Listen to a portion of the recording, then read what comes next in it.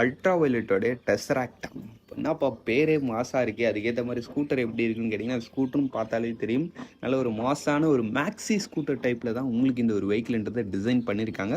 Android ப்ரெசன்ஸில் நிச்சயமாக ஒரு யூனிக்கான ஒரு ரேஞ்சில் இந்த ஒரு வெஹிக்கிள் இருக்குன்றதுல டவுட்டே கிடையாது. பேட்டரி வைஸ் பொறுத்தளவுக்கு 3.5 கிலோவாட்கான பேட்டரி ஆப்ஷன். அது இல்லாமல் அல்ட்ரா வயலட்ன்றது தெரியும், ஆல்மோஸ்ட் நிறைய ஸ்போர்ட்டியரான வெஹிக்கிள்ஸை ப்ரொடியூஸ் பண்ணக்கூடிய ஒரு பிராண்ட். இல்லாமல் பெஸ்ட்டான ஃபீச்சர்ஸும் கொடுப்பாங்க. அதே மாதிரி தான் இந்த இடத்துலையும் பெஸ்ட் இன் கிளாஸான ஃபீச்சர்ஸை நிறையவே கொடுத்துருக்காங்க.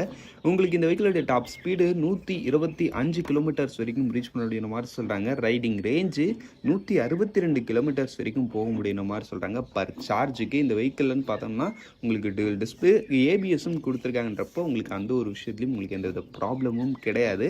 அது இல்லாமல் இந்த வெஹிக்கிளோட ஆண்டோட ப்ரைஸிங்னு பார்த்தோம்னா இப்போதைக்கு உங்களுக்கு சிங்கிள் வேரியண்ட்டோட ப்ரைஸிங் மட்டும்தான் வெளியாகிருக்கு. சொல்லப்போனால் இந்த வெஹிக்கிள் வந்து இப்போயே நீங்கள் வாங்க முடியாது.